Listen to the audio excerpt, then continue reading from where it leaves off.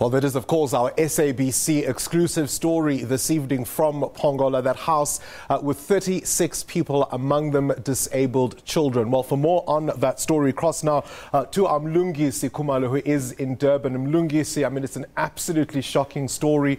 Just looking at those visuals, those helpless children in particular, the disabled.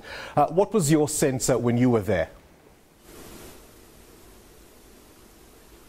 Well, like you mentioned earlier on, Bongane, that it is, of course, shocking. In fact, when we got in there, the minute we were told that the three-bedroom house actually houses 36 children, I mean, we were all taken aback. We asked the lady, how is it that you keep 36 children in this particular house? And of course, and as she went on to tell us that in this particular home of hers, she does not even have a single toilet. She, in fact, has to rely on neighbors. She says, in fact, two of the neighbors have actually barred her children, in fact, prevented the children from using some of their toilets, and she now relies on her other close neighbor who's close by. And of course, the whole issue of having children, 10 children that are mentally disadvantaged, or rather mentally disturbed, was another shocking scenario. In fact, when we interacted with the lady and engaged more on this particular topic, we asked her, how is it that social workers bring her children to her institution knowingly that she's not equipped very well to look after these children? She said to us, no, she does have a letter from the court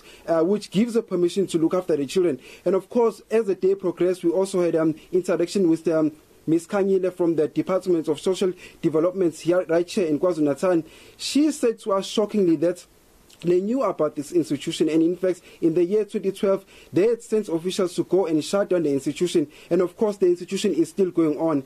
And when we called Mrs.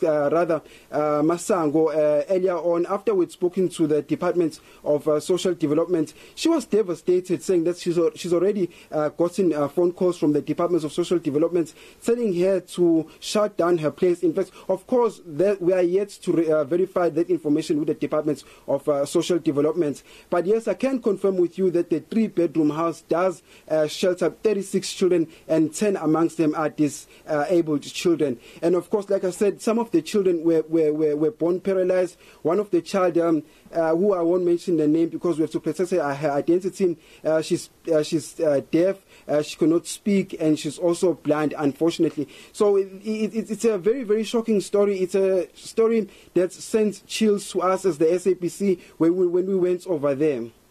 Mlungisi, it effectively seems to me, from what you are saying and your report a little earlier, that this has become almost a dumping ground for children the community there doesn't want to deal with. Now, it's one thing for social development to say they sent letters to shut it down.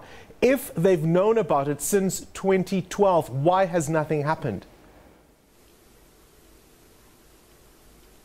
That's a very good question there, Bongane. In fact, that's the question that we posed to Ms. Kanyile. We said to her, if you shut down this institution in the year 2012, why is it then that you have not followed up on that particular issue? She said, they have sent in official government officials to follow up, but unfortunately, they were not given a proper report as to what was going on in that particular area. In fact, they said that because of this, they are going to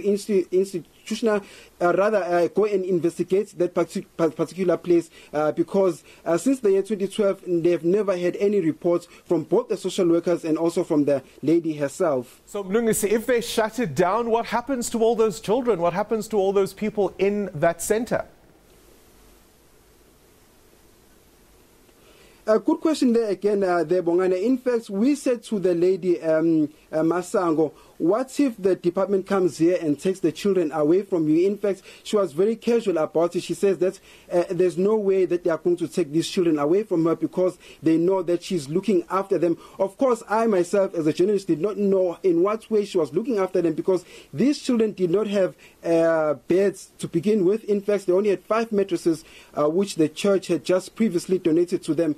And also shocking enough that about a week ago, when they had no mattresses, these children actually slept on the cold floor throughout this whole winter period. And of course, like I mentioned earlier on, that when we spoke to her, she said that government officials had phoned her, telling her that they were going to come and remove the children away from her. We are still yet to know as to which institution they are going to take these children. And also, interesting enough, this has been an interesting year in KwaZulu-Natal for mentally ill patients. You'll also remember that the SABC did almost a similar story about patients at the Durban and Coastal Mental Health Institution, just to also put that as well. All right, it's an absolutely shocking one, Mlungisi Khumalo. Thank you very much for that story. Mlungisi Khumalo there in Durban, absolutely disturbing. And what is it that they say? Look no further than how a society treats its children to be able to judge how it functions, our most vulnerable there.